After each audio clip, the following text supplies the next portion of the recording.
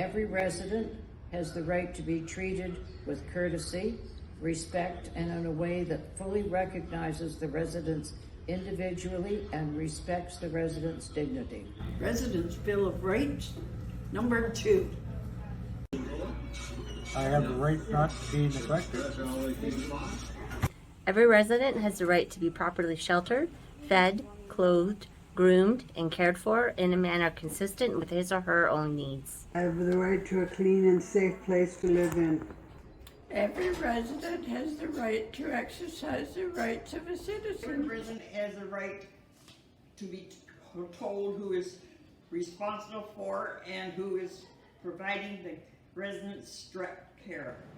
Every resident has the right to be afforded privacy in treatment and in caring for his or her personal needs.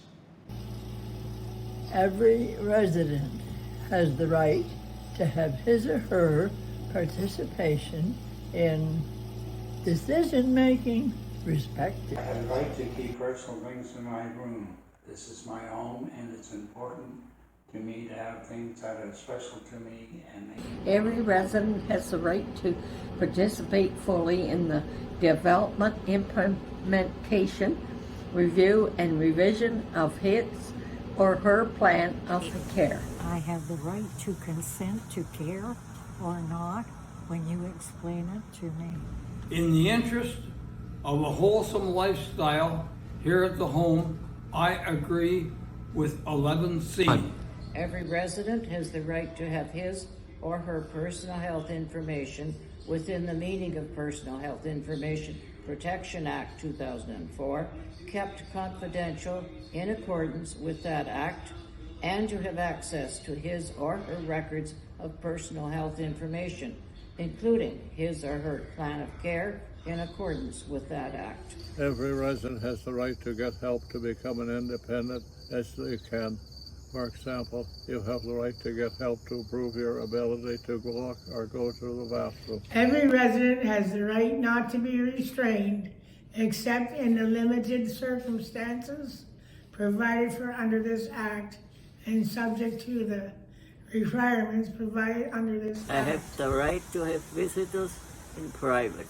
The right to have a family and friend with me when I am critically ill. Every resident has the right to designate a person to receive information concerning any transfer or any hospitalization of the resident, and to have that person receive that information immediately. Residents' Bill of Rights, number 17, raising concerns. I'm Jim, Penny, and Phyllis. Every resident has the right to form friendships and relationships to participate in the life of the long-term care home. Every resident has the right to have his or her lifestyle and choices respected. Every resident has the right to participate in the resident council. Every resident has the right to meet privately with his or her spouse or another person in a room that assures privacy. I have the right to share a room with other residents as long as we both agree and space is available at the home. I have the right to pursue social, cultural, religious, spiritual interests. Every resident has the right to be informed in writing of any law, rule, or policy affecting services provided to the resident and of the procedures for initiating complaints. Every resident has the right to manage his or her own financial affairs unless the resident lacks the legal capacity to do so. You have the right to go outside to enjoy nature, fresh air, and outdoor activities whenever possible. If the home has a protected area, no one can stop you from using it. Every resident has the right to have any friend, family member, or other person of importance to the resident attend any meeting with the licensee or the staff of the home.